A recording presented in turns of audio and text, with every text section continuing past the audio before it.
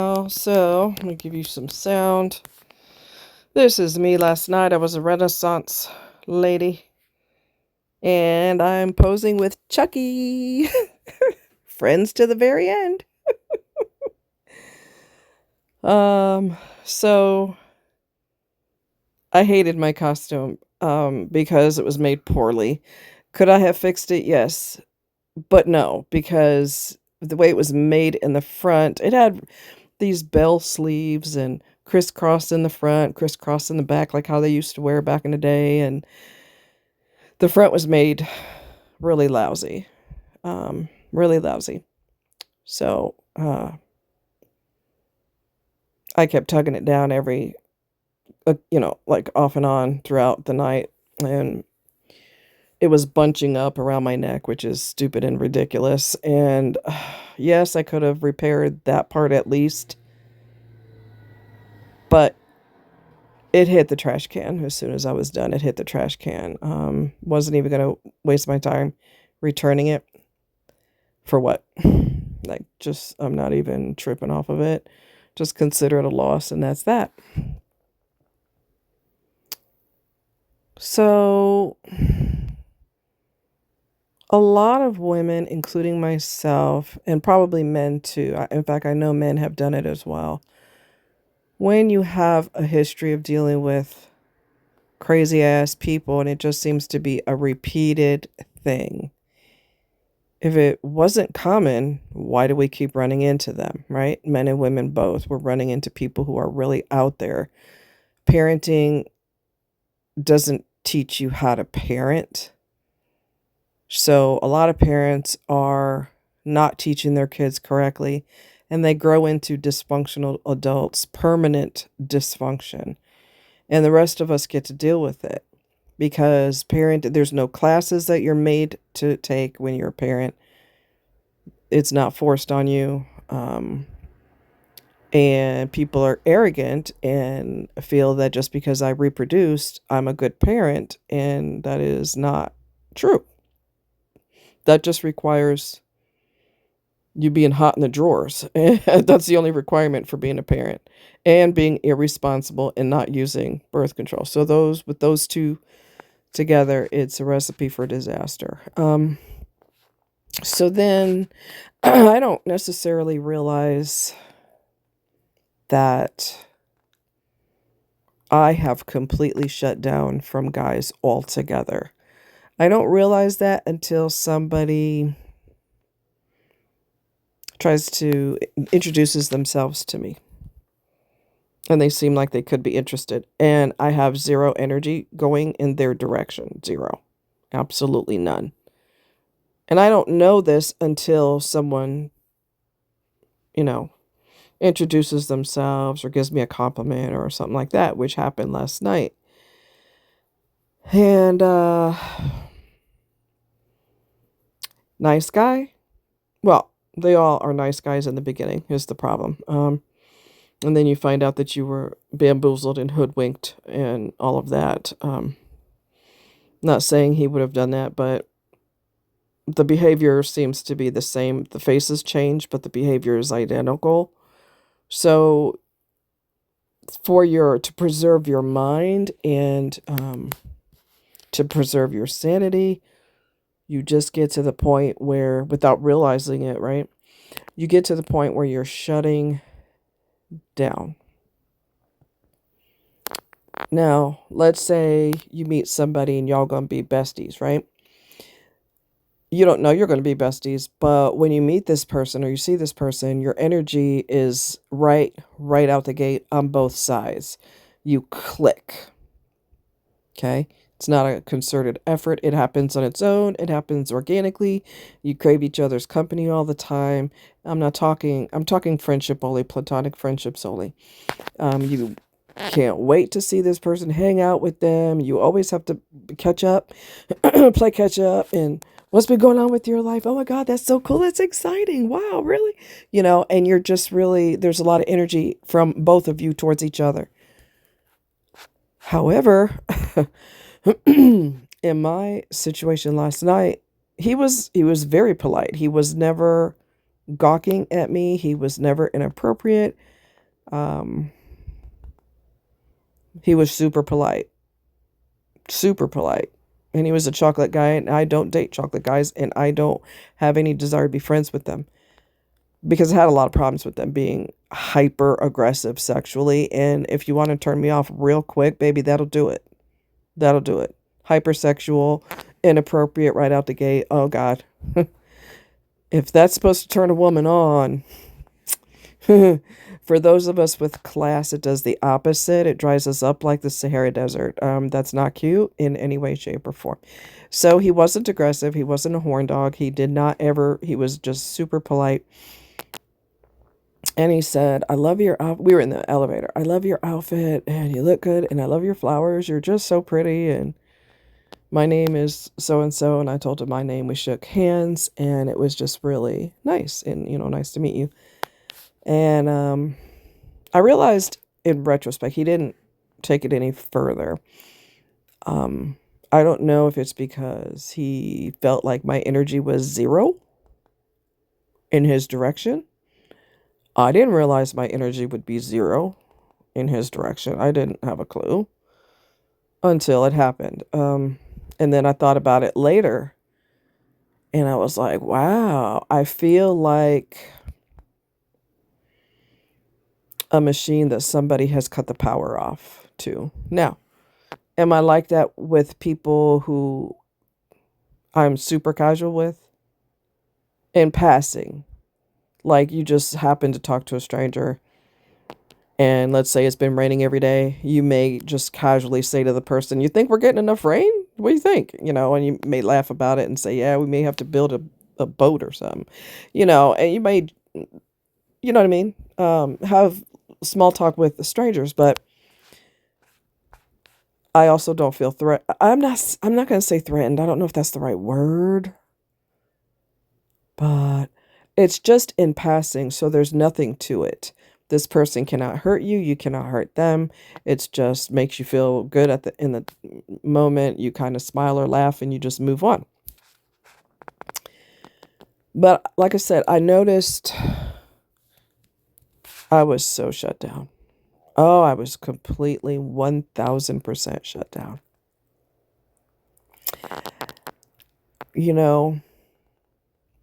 It's not uncommon for women to see somebody good looking and be like, damn, that boy is fine for no damn reason. As my girlfriend used to say, my girlfriend Angel, she used to say that. He's fine for no damn reason, honey. And we would just laugh about it. I don't even do that. I acknowledge for about a second and then I move on. I have zero energy in their direction. And I think if you look all up and down YouTube, you look all up and down TikTok, you will see women who are exactly like that. They don't have desire to date. They don't have the desire to get married. They do not have the desire to have kids. We've just shut down. And guys have done the same because they've been yanked by women who are dysfunctional. And they're tired of the crap too.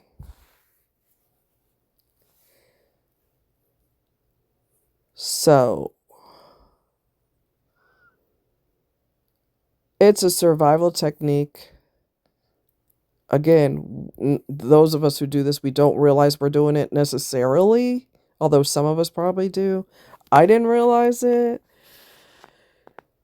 Like I said, he was super polite, so there was nothing about him that would make me go, oh, yikes, nothing about him that would make me do that.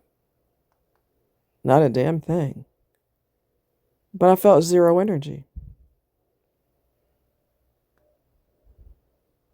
Zero.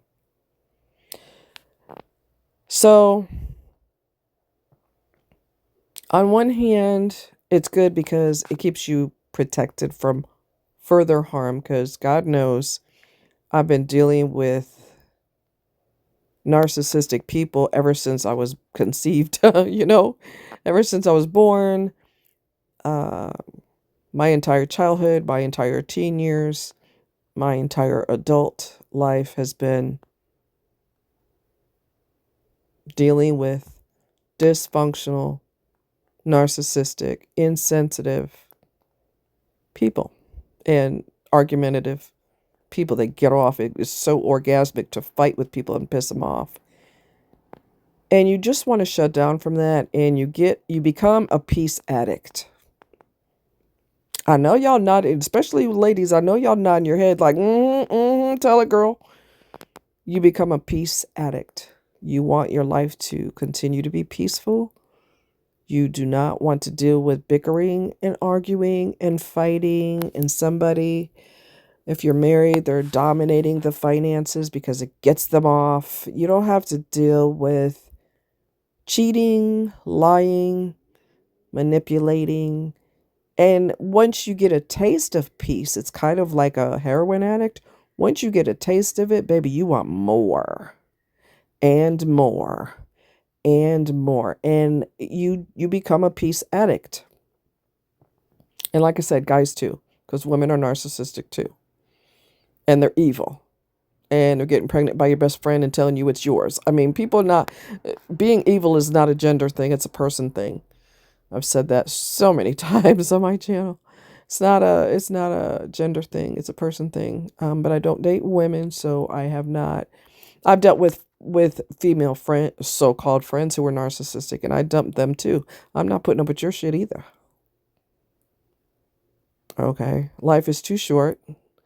Get up out of my face.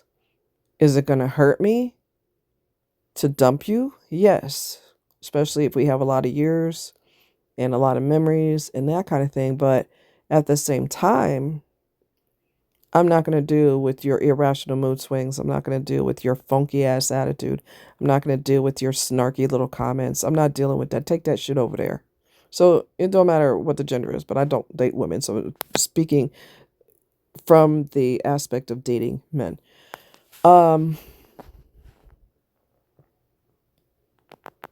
So it protects, that shutdown protects.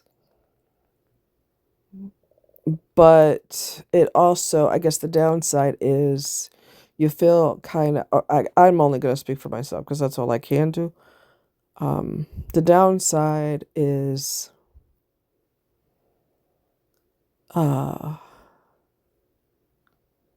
what's the downside? The downside is it's kind of sad because you feel like, how can I word? You feel like the human part of you has, I don't want to say died because it hasn't died, but with every dysfunctional encounter or dysfunctional marriage or dysfunctional long-term relationship, whatever the situation is, it feels like every time you deal with another sick-ass person, another piece of your soul feels like it's been chipped away.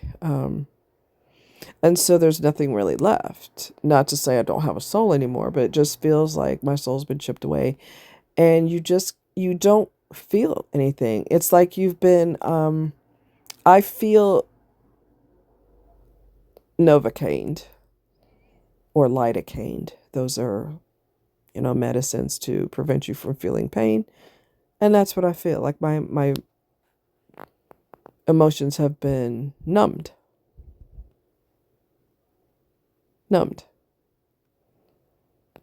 And I think that is a normal response to lifelong abuse. And I've had lifelong abuse. And for women who have a good guy and they don't mind telling the whole world, well, my guy, thankfully, he don't act like that. He don't fight. He don't argue. He asks me every day how I'm doing. He loves me. I ask him to do something one time. He does it. He doesn't get off on arguing me about it. He's just, my man doesn't, thank God he doesn't do that. And I think to myself, well, shit, what did you do to get a guy like that? Like what magic trick did you pull to get a normal one? Because I can't, I don't have the code to the magic on that. The secret decoder ring that comes in a cereal box. I didn't get that cereal. Yeah, I think he might have wanted to get to know me more. But he felt no energy coming off me, and he's like, okay. And a lot of people assume because of, when you look a certain way, especially if I'm dolled up, they automatically assume that you have somebody. There is no way you're going to look that good and not have a man. And guys have admitted that. She's beautiful, she's nice, she's sweet, but I never approach her because I know she got to have a man. Well, you won't know if she's got a man unless you talk to her. You know, not everybody who looks a certain way automatically is taken. When you look a certain way, people not only make assumptions, but people dislike you because of how you look, and they jump to conclusions, and they assume you got somebody, men are beating down your door. That is not true. That is not true. Guys can be intimidated when women look a certain way. They don't want to get rejected. Rejection hurts real bad, so they don't want to get rejected, so they pretty much don't even approach because I don't need to get kicked in my teeth and laughed at. Nobody's going to laugh at you. Well, unless you're just evil, you know. In that case, you missed the bullet if you walk away from her or run. Um, I don't know. I guess I didn't realize how shut down I was. I knew I was shut down, but I didn't know how deep it was until someone was really, really polite and trying to, showing a personal interest. And I was just like, I don't know. There's like, no, I feel nothing. No intrigue, no curiosity, no nothing. A guy did say to me yesterday when I went to the roof, and when I walked by, he goes, "Oh, hey, beautiful." And I just flashed him a big smile and said, "Thank you," and kept moving. That wasn't threatening. That was a compliment, I should say, a compliment. So it wasn't like, "Hey, how you doing? Can I get your number?" You know what I mean? After a conversation, of course. It wasn't that situation. It was strictly a compliment. I keep saying compliment. So I just took it with grace and kept it moving. So it was fine. But I always try to look at my behavior when I react in a way that is different. It's not my usual behavior. And I'll just go, wow, why did I do that? And I know why. A lifetime of dysfunction, a lifetime of abuse, a lifetime of not being loved, not being respected, not being protected. If you notice on all of my channels, any of my channels, you will see that I never mention money because, contrary to popular belief, everybody's not after your goddamn wallet. So you need to shut up about that. Women are always after buying money. She wants to see what kind of career I do. Man, she's a gold digger. Shut that shit up, because not everybody does that. In fact, there's only a handful of people around the world who are wealthy, and I'm pretty sure you ain't one of them. Okay? She don't want the $2.75 in your pocket. Okay? And if she does, tell her to march on. Exit stage left. I never mentioned, and he better be 6'4", and he better be fine with wavy hair and dark green eyes or light green eyes, and he better have dimples, and he better have a fat bank account. Most people don't have a fucking fat bank account, so don't sit here and act like the only thing women want is to dig in your money. Shut the hell up, because if you had an opportunity to lay on your ass and live off of a rich woman, you'd do it in a heartbeat, so stop projecting. Oh, damn, did I go there? You would not turn down a sugar mama. All you got to do is lay her and look good, work on your tan. Please, and not too many people are going to turn that down. Give me a break. Getting as much sex as you want and, money on top of that, please. Not too many people are going to turn that down. You got to be kidding me. Anyway, so notice I never mentioned that because that's not relevant. I need you to be rich in your mental health. I need you to be a multi-billionaire in your mental health. That's what the hell I need. I need to know that you're a decent person. I need to know that you're capable of loving someone, not with your pecker, but with your spirit. I need to know that you would be glad to run into a, a building that's on fire to save somebody. Not that I want you to put your life at risk, but if you covered your face with a towel and went in there to save somebody's life, and you don't want the media to know because you just did a good thing because it's the right thing to do and you're trying to skip off the scene before the media gets there, that's impressive because you're not doing it to get attaboys. You're doing it because that's the right thing to do. That's impressive. You're not thinking about you all the time like dysfunctional people do. Me, me, me, me, me, me, me. They have the me, me syndrome. All about me.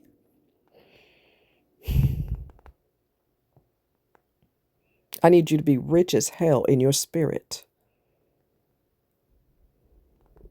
And how many people can say that they are, and how many people have proven that they have integrity? Integrity does not mean I'm going to be loyal to you for about maybe about a week because I start losing interest after a week. So I'm looking for my next bed warmer.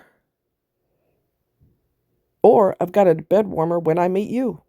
And I'm cheating on that person with you. And then I'm going to cheat on you with somebody else. And cheat on them with somebody else. And we wonder why HIV is running rampant. Because people are fuckaholics. They can't stop. They're addicted to fucking. It's not love because you don't love each other. It's not love because you don't love each other. One night stands are not based on love. They're based on screwing and hormones and stupidity and getting your ego stroked in addition to other things stroked. And it's not necessary. You ain't that fucking hot. You just need some validation, which means you need therapy. You're not going to find life's answers in anybody's underwears. I promise you. It's not like a fortune cookie. You open it up and ding, ta-da, here's life's answers. You open somebody's legs, ding, ta-da. Something pops out from between their legs and says, here's the answers to everything you had questions about. Doesn't work like that. But people are still looking. Just like they're looking for answers at the bottom of an alcohol bottle. There's no answers in that bottle either. Or in the blunt, or in the pill, or whatever it is that you happen to be addicted to, gambling, or whatever it is that's your kryptonite. There's no answers in any of that.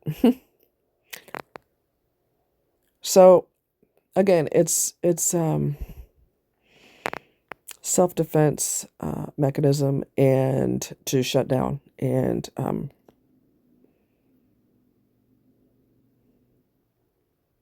I don't know if I can ever come out of it. I don't know if I'll ever meet my person and that person's aura is so welcoming that I'm like, wow, this person is totally different. And you cannot go by the first few months because dysfunctional people are very charming for a couple of months. And then after that, the real them pops out because being fake is very time consuming and very difficult. To be fake is very hard. So it's like wearing they have a nice mask on, but the mask gets, the more phony they are, the heavier the mask becomes. So they eventually take the mask off and they're able to breathe now and they can show their evil in all of its unglory. Okay. So it's a protective thing, but it's also sad that we live in such a world that so many people are dysfunctional to the point where you end up doing that in the first place. Now, if there weren't, mathematically speaking, okay, percentage-wise speaking, if there weren't so many people who are dysfunctional and narcissistic, if there weren't so many, we would rarely run into them. But if you look on any social media platform, you will see women in particular, because men are a special kind of evil. Not all, a lot of them are a special kind of evil. Good men do not tell you you need to submit to me. That's a black thing. I've said that many times. That's a stupid ass black thing. You gotta submit to me. Kiss my grits. Why don't you submit to that? Anyway, they want you to submit, and they want to get in your drawers today because I know I'm gonna use you through your vagina. Once I tag you, you gonna get dumb in the head, and I'm gonna have 1,000% control over you. And then when I stop texting you and stop calling because I hit the skins, you're gonna be flipping out and going, oh my god, did I do something wrong? What did I do? Oh my god, he's not responding to me. What's going on? And I got you wrapped around my pinky. Their intentions are just really bad from the start. But good men, if I ever found one in real life, other than online, and I've met some sweeties online, not in real life, but online. Some of my subbies are men, and they are sweeties, and they don't act evil. Because if you do, I'll fire you and get rid of you in a quick New York second. I'll get rid of your ass because I'm not tolerating your shit. Um, Good men don't feel the need to control. They don't feel the need to be phony. They don't need to prove to you that they're a good person. They would never tell you that they're a good person because their behavior speaks for itself and it speaks loud and clear. And I don't mean for a few months when they're pretending to be fake. I'm talking about, they're faking that they're a good person. I'm talking about through time. They're the same 3 months in, 6 months in, a year in, 2 years in, 3 years in, 10 years in. They're still consistent all the way across the board. That's the biggest difference between a jacked up person and a healthy person. A healthy person stays consistent because they're not being phony and they're not wearing a mask and they're not wearing the nice person costume. They're not wearing the nice guy person costume. They're going to be consistent whether it's 10 years, 15 years, 25 years, 50 years. They're going to still remain consistent because that is who they are. They don't have the time, the energy, nor the desire to be a bad person and to deliberately hurt other people. They just don't do that. And when you're with them, your body will be able to read them. You just got to pay attention to what your body's telling you and stop making excuses for it. Maybe it's just me. Maybe it's because I've been hurt so many times. Maybe this or that. Maybe he's really. You've seen the red flags. You even seen pink flags that are about to turn red, and you start second guessing yourself when in reality, you should pay closer attention to the situation instead of assuming that it's you. Your body's warning you, giving you the alarms are going off. You hear woo, woo, woo. I mean, you hear all kinds of alarms and you're just like, oh, maybe it's me. Are you crazy? Your body's trying to tell you something. You might want to listen. Now, will I ever meet someone I feel safe with? I've never met anyone I felt safe with, so I don't know. And I'm gonna tell you, if let's pretend, this happened, and if you don't have hopes and dreams, you got nothing. But let's pretend I met a good person, and they're genuine. They're not a snake. They don't feel the need to stick their dick in other people. They don't feel the need to lie, cheat, steal, manipulate me, and take my whole identity to form me into what they want me to be, and then discard me anyway. They don't do any of that poisonous shit. They're just a good person, genuine, 1,000% good person. One of the problems I could see us having if I ever was in that situation, and this is all pretend because it hasn't happened. I think one of the biggest things is they would have a problem with me protecting myself all the time because a real man protects a woman. So he'd probably be like, why did you feel the need to get all these personal things to protect yourself? If I'm going to be with you, you good. And we would probably have that conversation a lot because I'm used to protecting myself. Men don't do that. Most men don't fucking do that. They just want to screw you and manipulate your brain at the same time. And that's a huge priority to them. and fight with you and argue. And that's a huge priority too. I need to keep you off balance all the time. Um, yeah, my independence would probably drive him crazy if he was a good person. He'd be like, girl, if you asked me to do that, I would have did it. I know, I don't like relying on other people because they're not always reliable. Babe, I'm reliable. Test me. Go ahead and test me. And test me as often as you want, and I'll always pull through because that's who I am. So through time, he would prove himself, but he'd have a uphill battle with me because I do things by myself, and I do protect myself by myself, and I don't always. I've never been with someone who kept me safe, so I never felt the need to tell them, yeah, I was in a creepy situation. Narcissists don't give a shit. So you're not going to tell them that a guy assaulted you. You're not going to tell them that you were almost raped. That was a long time ago. That was in high school. And before, let's see, before high school too, I think. You just keep things a secret because you know that narcissists don't give a shit. So you know that A, you have to keep it to yourself, and B, you have to handle it by yourself. So I don't know any different. To be quite honest with you, I don't know any different. So I could see him getting frustrated if he's a good person, genuine good person, not a bullshitter, a genuine good person. I could see him getting frustrated with that. Babe, you're not by yourself anymore. You know, why do you keep doing things that you had to do when you're by yourself? You're in a relationship now, and I've got you. I know, but I got me too. So that's gonna be, he's probably gonna be frustrated if I ever met this person. I've never felt safe with anyone. Never, not once, never. Friends, yes. Outside of that, hell no. So, yes, I'm used to doing it all by myself. So, I don't know. He'd be frustrated. He'd be pulling his hair out at the roots. Girl, when you going to trust me? I don't know. I don't know.